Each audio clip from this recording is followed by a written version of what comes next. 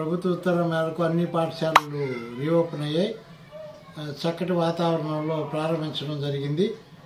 ఈ సంవత్సరం మరింత ప్రత్యేకంగా పిల్లలందరికీ కూడా గతంలో ఉన్నటువంటి ఇబ్బందులను సవరించి మరింత వినూత్నంగా మరింత సౌకర్యవంతంగా పాఠశాలని తయారు చేశాం.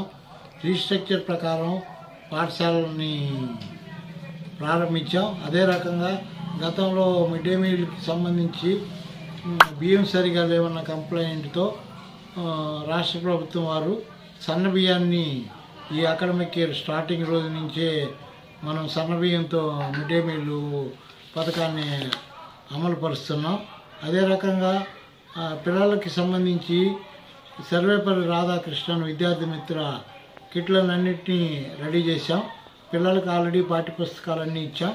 అదే రకంగా పాఠశాలలు ఎలా జరగాలనే దాంట్లో పేరెంట్స్ యొక్క ఆకాంక్షలకి అనుగుణంగా ఒక మెగా పేరెంట్స్ మీటింగ్ ఒకటి 20 నుంచి 25 లోపల ఈ నెలలో కండక్ట్ చేసి వారి యొక్క కోరికల మేరకు వారి విద్యార్థుల నైపుణ్యాలని పెంచేదానికి ప్రయత్నం చేస్తున్నాం. ఈసారి ఈ అకాడమిక్ ఇయర్లో విద్య అంతా కూడా తల్లిదండ్రుల కోరిక మేరకు వారి విద్యార్థులు ఎలాంటి నైపుణ్యాలు వాళ్ళు కావాలనుకుంటున్నారో వాటిని మా సంతానంలో ప్రతి నెల మేము తల్లిదండ్రులకి తెలియజేసి వారి సహకారాన్ని కూడా పాఠశాల అభివృద్ధికి తీసుకుంటాం. అదే రకంగా గతంలో ఉపాధ్యాయులు లేరు అన్న కారణం చేత కొంత విద్యాభివృద్ధి కుంటుపడుతుందన్న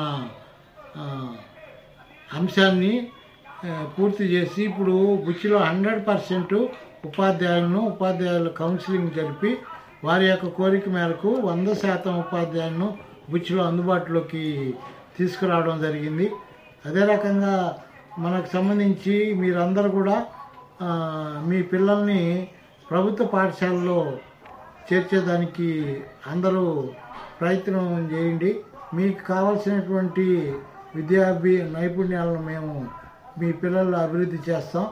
అవసరమైతే స్థానిక గౌరవ ఎమ్మెల్యే గారి దృష్టికి కానీ లేక విపిఆర్ ఫౌండేషన్ దృష్టికి కానీ తీసుకుపోయి మన ఎంపీ ఎమ్మెల్యేల ద్వారా ఏదైనా మనం ప్రభుత్వం నుంచి ఒకవేళ పొందలేని సౌకర్యాలు ఏదైనా ఉంటే విపిఆర్ ఫౌండేషన్ ద్వారా మేము వాటిని ప్రజలకి విద్యార్థులకి అందజేసి మిమ్మల్ని మరింత నాణ్యమైన విద్య అందించే దాంట్లో బుచ్చిరెడ్డిపాలెం విద్యాశాఖ పనిచేస్తుందని అందరికీ తెలియజేస్తూ అందరూ కూడా ప్రభుత్వ పాఠశాలని ఆదరించండి. మీ పిల్లల్ని ప్రభుత్వ పాఠశాలలో చేర్పించి మంచి నాణ్యమైన విద్యను పొందాల్సిందిగా కోరుతున్నాం. Thank you.